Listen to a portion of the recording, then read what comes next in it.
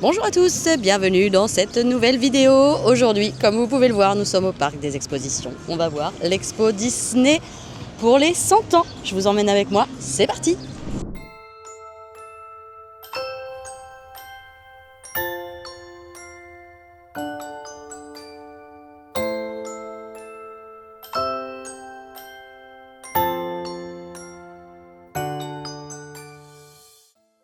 Alors, avant de rentrer réellement dans l'expo, on arrive dans cette première salle introductive qui propose un résumé rapide et global de l'histoire de la Disney Company.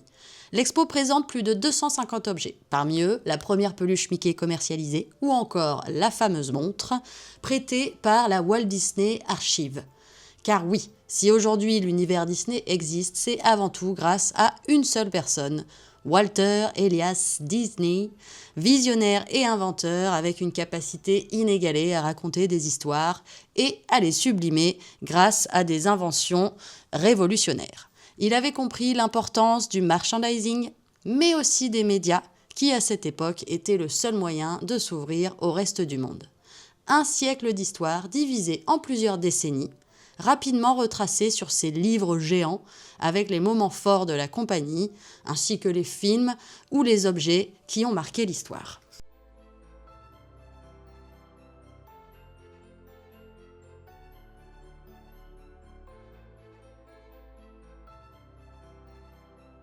On passe ensuite dans un sas où une projection nous est présentée afin de nous mettre vraiment dans l'ambiance de l'expo. It was all started by a mouse, but it really was all started by Walt himself. Oh boy! Oh, steady! Whoa! Hi, Mouseketeers! Well, here we go again, so hang on. Anything goes. You ready? And let the show begin! Here's my pal Walt to tell you how the magic is made. There's a lot of satisfaction in developing ideas into reality. When we consider a new project, we really study it. Not just the surface idea, but everything about it. Everybody ready? Then on the show!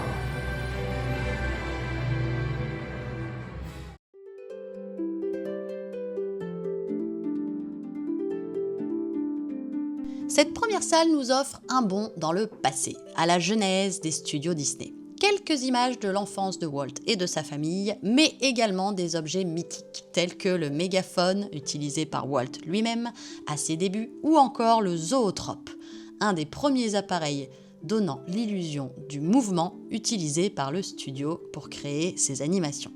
Mais surtout, on peut découvrir le document fondateur de la compagnie, le tout premier contrat signé par Walt et Roy, son frère, avec la productrice Margaret Winkler, qui va produire alors les Alice Comedies, une série de courts-métrages mêlant prise de vue réelle et animation.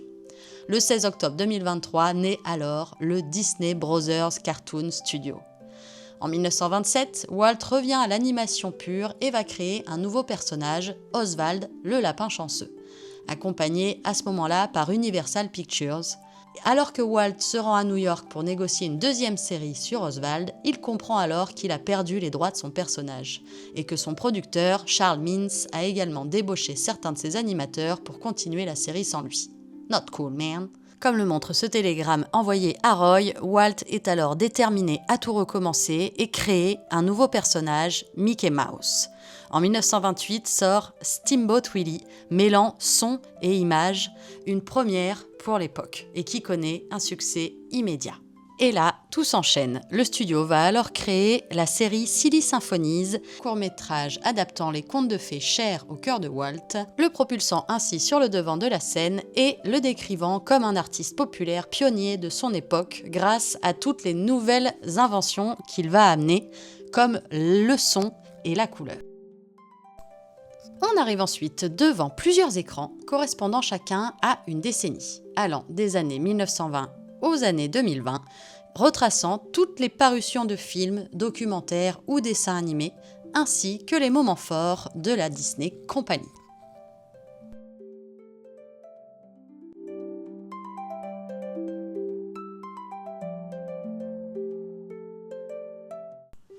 En termes d'inspiration, on peut dire que Walt Disney n'a rien inventé.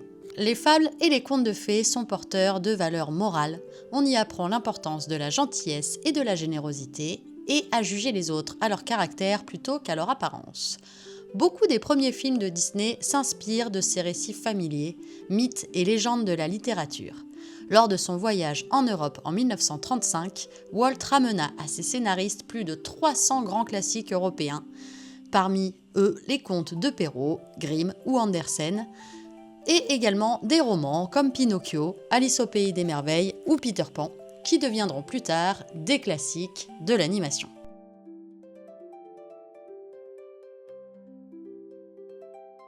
Comme le disait Walt, le miracle du cinéma, qui naît de la magie de l'animation, est l'équivalent moderne des grandes paraboles du Moyen-Âge. Ce qui compte avant tout, c'est de créer. Il ne faut pas se contenter d'adapter ni de proposer une nouvelle version.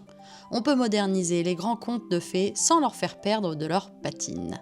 Nous avons démontré que les divertissements qui s'inspirent de ces œuvres intemporelles séduisent tous les publics. Et il avait raison.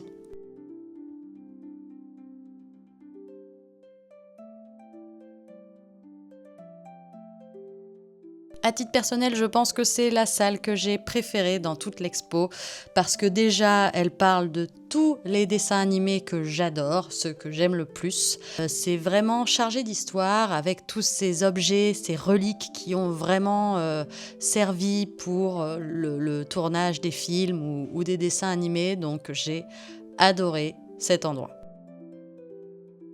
Et j'ai été particulièrement émue par la session Mary Poppins, film qui a bercé toute mon enfance. Il faut savoir que Disney a bataillé pendant des années pour acquérir les droits du livre écrit par Pamela Travers, et je pense qu'il a bien fait, car quand le film est sorti en 1965, ce fut un triomphe immédiat. Et quelle fut pas mon émotion de voir la boule à neige et le cheval de manège sur lequel s'assied Julie Andrews. Blanche-Neige et les 7 nains, sorti en 1937, fut le premier long métrage d'animation du studio à s'inspirer d'un conte de fées. Avant Cendrillon, sorti en 1950, ensuite La Belle au bois dormant en 1959, et ensuite, 30 ans plus tard, Disney revient avec La Petite Sirène en 1989, La Belle et la Bête en 1991, Aladdin en 92, La Princesse et la Grenouille en 2009, Réponse en 2010 et plus récemment, La Reine des Neiges en 2013 et 2019.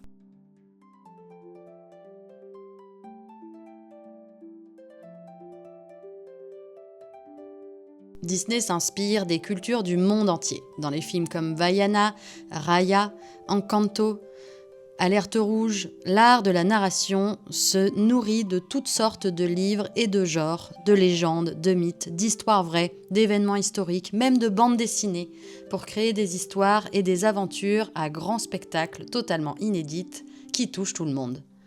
Ce qui rend ces productions si exceptionnelles, c'est que leurs intrigues ont du sens pour les gens. Elles les inspirent, leur donnent de l'espoir, les rapprochent, éclairent le monde qui les entoure et créent des souvenirs. C'est ça, la magie Disney.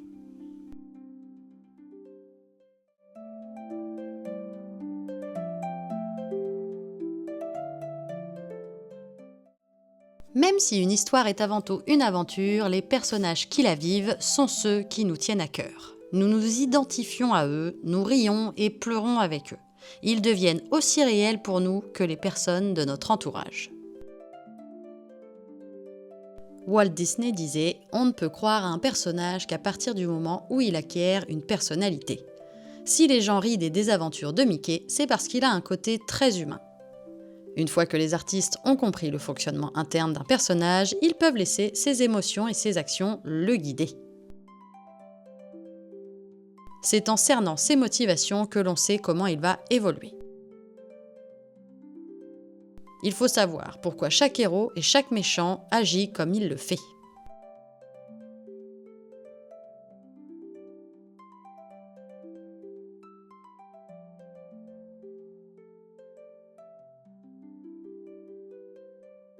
Fin 1937, Walt Disney créa le département de création des personnages afin de superviser leur conception, leur création et les améliorations qui y seraient apportées. Quelques-unes des premières maquettes furent créées pour Pinocchio en 1940. Sculptées en pâte à modeler, elles étaient ensuite renforcées par une armature en fil d'acier et recouvertes de plâtre. L'ancrage et le coloriage finalisaient les maquettes en appliquant un mélange exclusif d'aquarelles opaques. Ces objets magnifiquement conçus devinrent rapidement des outils de référence indispensables pour les animateurs du studio. Après avoir fonctionné de 1937 à 1941, le département de création des personnages fut relancé à la fin des années 70.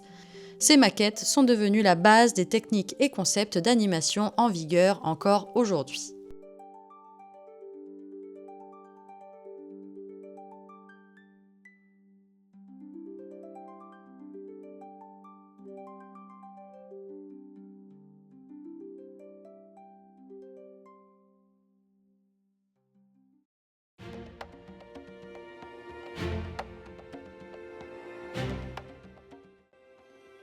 L'humanité est une espèce curieuse et courageuse. Nous quittons notre environnement familier pour explorer de nouveaux horizons, avides de découvertes. Face à l'inconnu, nous enrichissons nos connaissances du monde dans lequel nous vivons. De la même manière, la curiosité, l'imagination et la prise de risque sont caractéristiques de la démarche de Disney, qui raconte des histoires dont l'action se déroule dans des pays réels, passés ou présents, ou des mondes imaginaires, et pourtant totalement crédibles. Revenant sur les difficultés que cela impliquait, Walt remarquait qu'il faut du courage pour essayer de nouvelles choses et satisfaire la curiosité insatiable des gens sur le monde qui les entoure. Mais il estimait que s'efforcer de raconter ce genre d'histoire en valait la peine. Il disait « Nous avons toujours tenté de nous laisser guider par l'idée fondamentale qui veut que l'on se divertisse en apprenant. De la même manière que tout bon divertissement s'accompagne toujours d'un peu de sagesse, d'humanité ou d'éveil. » Quand nous explorons les mystères de la jungle à bord d'un authentique bateau à vapeur, quand nous plongeons à 20 000 lieues sous les mers pour admirer les merveilles des profondeurs, quand nous accompagnons Indiana Jones sur la piste des objets perdus,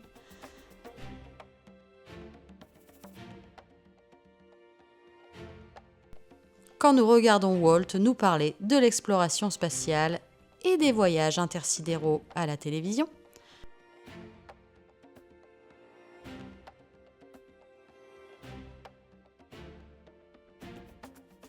quand nous venons gonfler les rangs de la rébellion dans une galaxie fort lointaine,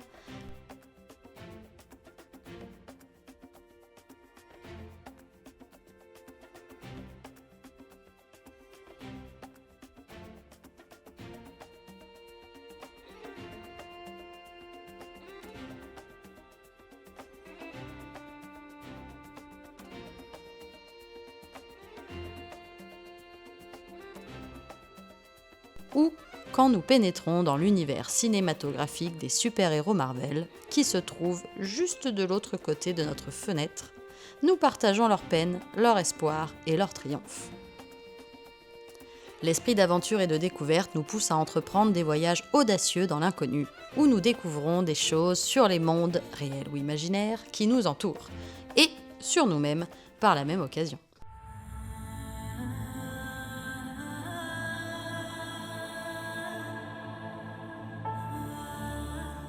On sait tous que la musique a une importance énorme dans le succès de Disney. Comme Walt l'a dit un jour, la musique a toujours joué un grand rôle, dès nos premiers dessins animés. Si grand d'ailleurs que les images qui me viennent à l'esprit sont indissociables de la bande originale qui les accompagne. Et c'est vrai.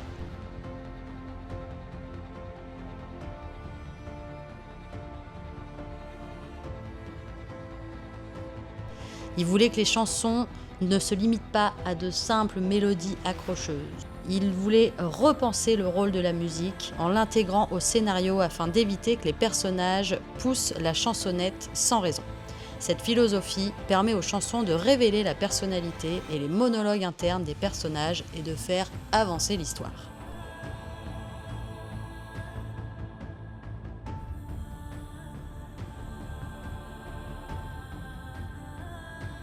Les chansons et mélodies Disney dépassent également le seul cadre de l'écran pour entrer dans nos foyers, sous la forme de disques, de cassettes, de CD et de plateformes de streaming aujourd'hui.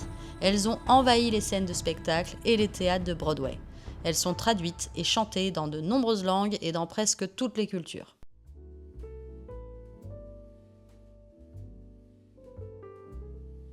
J'ai trouvé cette partie-là très intéressante où ils expliquent quels objets ils utilisaient pour faire les bruitages des animaux, des objets ou autres personnages des dessins animés.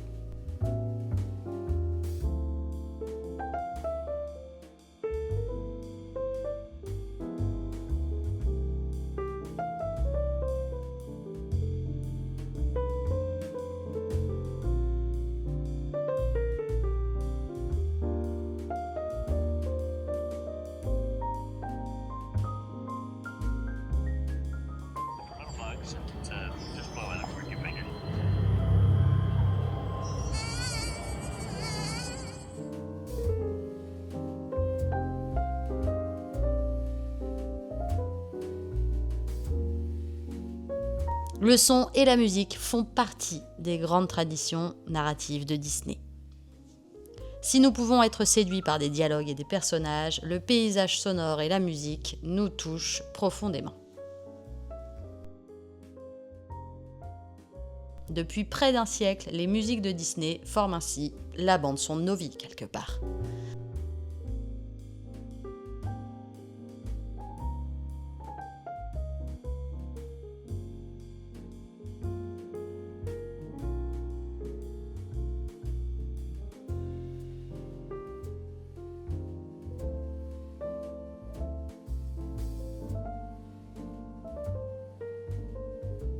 Le son et la musique enrichissent également les histoires des parcs, qu'il s'agisse d'un chœur d'hommes sur Main Street, du rugissement des animaux dans le Jungle Cruise ou du sifflement de la locomotive du Disneyland Railroad, le tintement d'une cloche du bateau à aube, les sons de nos parcs transportent les visiteurs dans d'autres mondes.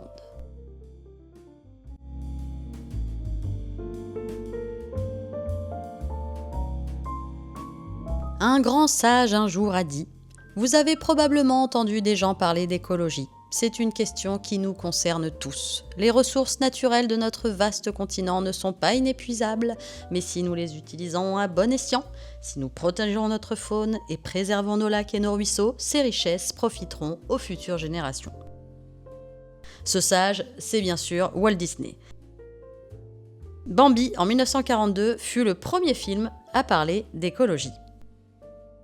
Entre 1948 et 1960, Disney envoya des équipes dans les coins les plus reculés des États-Unis et du monde entier pour filmer la flore et la faune.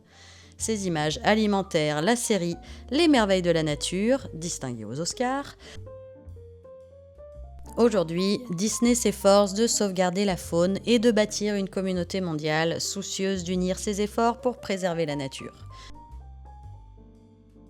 Depuis 1995, les équipes de spécialistes ont accompagné à hauteur de plus de 120 millions de dollars les efforts des organisations qui œuvrent en ce sens en partenariat avec les communautés locales.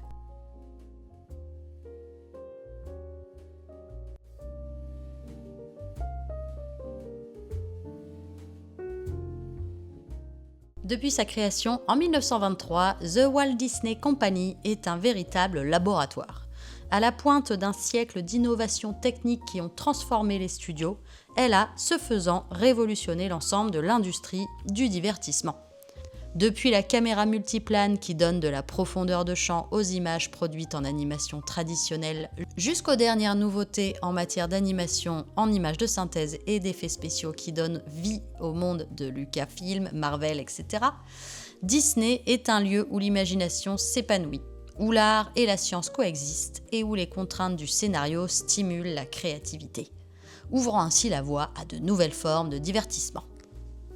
Et c'est lors d'un séjour à Paris en 1949 que Walt fait l'acquisition de jouets mécaniques comme cette cage à oiseaux et qui commencera sérieusement à envisager la fabrication de véritables personnages animés qu'il appellera Audio Animatronics.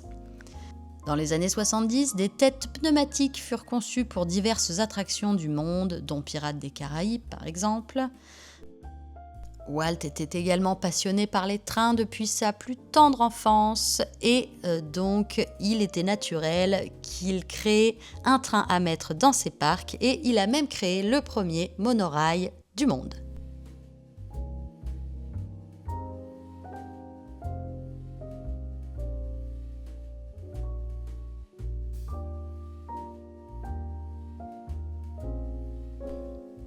Marty Sklar, Imagineer et Disney Legend, disait souvent que Walt Disney était à la fois tourné vers le passé car il aimait la nostalgie et vers l'avenir car il aimait les technologies qui lui permettaient d'innover constamment.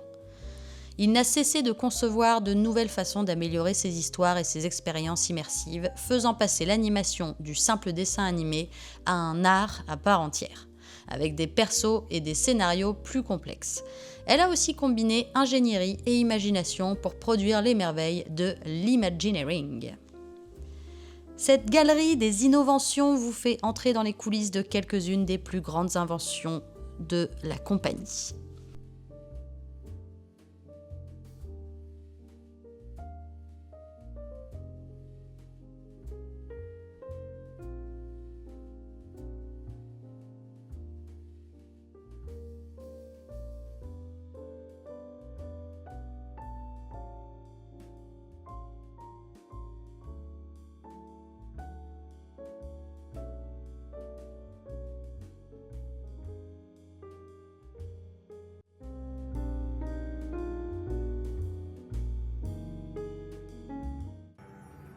Tout a commencé un samedi. Samedi était la journée avec papa chez les Disney. Walt emmena ses filles faire un tour de manège et s'assit sur un banc en grignotant des cacahuètes. Je patientais pendant qu'elle faisait du manège et toutes sortes d'activités, jusqu'au jour où je me suis dit qu'il serait intéressant de construire quelque chose où les parents et les enfants pourraient s'amuser ensemble. Cette idée était bien différente du concept de parc d'attractions de l'époque, qui proposait uniquement des manèges et des jeux. Walt rêvait, quant à lui, d'un endroit où les visiteurs seraient immédiatement embarqués dans une histoire et se retrouveraient à la fois en terrain familier et inconnu. En juillet 1955, avec l'ouverture de Disneyland à Anaheim en Californie, cette idée de divertissement thématique minutieusement réfléchie devint un phénomène mondial. À ses invités, Walt assurait que Disneyland ne serait jamais terminé. Tant qu'il y aura de l'imagination dans ce monde, il continuera à s'enrichir de nouveautés. 11 ans plus tard, en annonçant le projet qui deviendrait Walt Disney World Resort, il expliqua avec enthousiasme « Ici, en Floride, nous avons quelque chose de tout à fait particulier. Énormément d'espace. Il y a ici assez de terrain pour accueillir toutes les idées et tous les projets que nous pouvons imaginer. »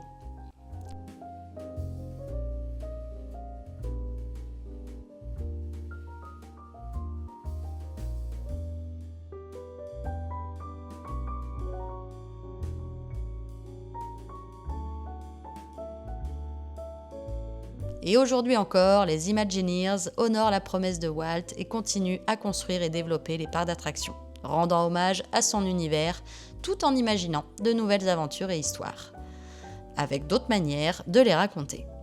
Disneyland et les parcs d'attractions et complexes Disney du monde entier offrent de nouveaux souvenirs à des millions de visiteurs qui deviennent les héros de leurs propres aventures. Walt partageait cette envie lors de la création de son premier parc. Je pense que ce que je souhaite avant tout, c'est que Disneyland soit source de joie, un endroit où les adultes et les enfants puissent faire ensemble l'expérience de quelques-unes des merveilles de la vie et de l'aventure, et qu'ils se sentent mieux grâce à cela. En 1956, on demanda à Walt d'imaginer à quoi ressembleraient les divertissements du futur. Il répondit « Les gens auront besoin et exigeront des divertissements, des rafraîchissements et des moments de détente après les tâches du quotidien. » Convaincu que The Walt Disney Company avait son rôle à jouer. Il a dit « Je pense que nous avons encore beaucoup d'histoires à raconter. » Et effectivement, il n'avait pas tort.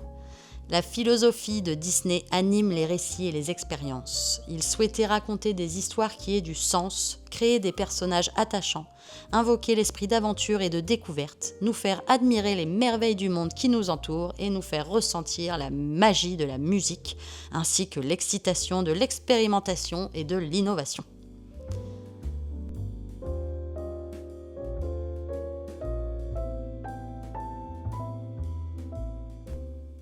Dans les années à venir, cette fusion de la technologie et de la créativité nous permettra de proposer des expériences autrefois inimaginables. Je partage l'optimisme de Walt Disney et sa conviction que ce qui nous attend sera avant tout affaire de narration, comme cela a toujours été le cas. Ce sont les paroles de Bob Iger, le PDG actuel de la Walt Disney Company. Effectivement, les histoires Disney sont magiques et édifiantes. Elles nous font rire et pleurer, espérer et rêver. Elles nous font penser à un monde meilleur, à des possibilités que nous ne pouvons même pas imaginer. À l'heure où la compagnie fête son 100e anniversaire, nous nous tournons vers l'avenir, en quête de nouvelles façons de donner vie aux histoires et d'intéresser, de ravir et d'émouvoir le public.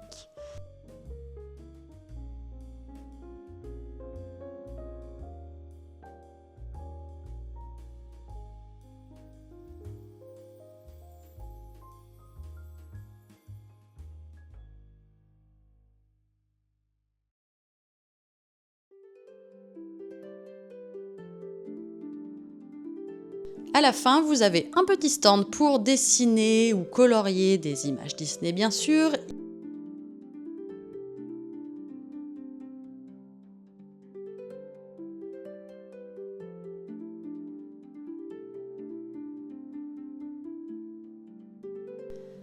Et en bonus, quelques cadres photos de Walt à Paris.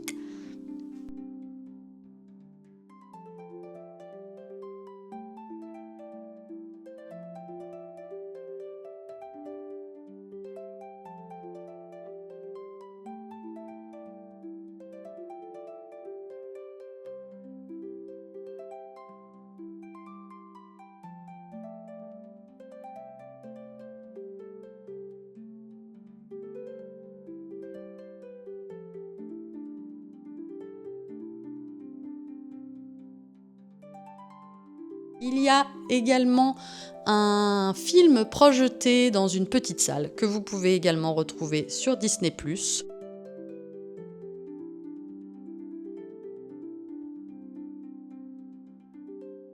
Et bien sûr, on finit par la boutique où j'ai fait quelques petites emplettes que vous avez dû voir dans la précédente vidéo.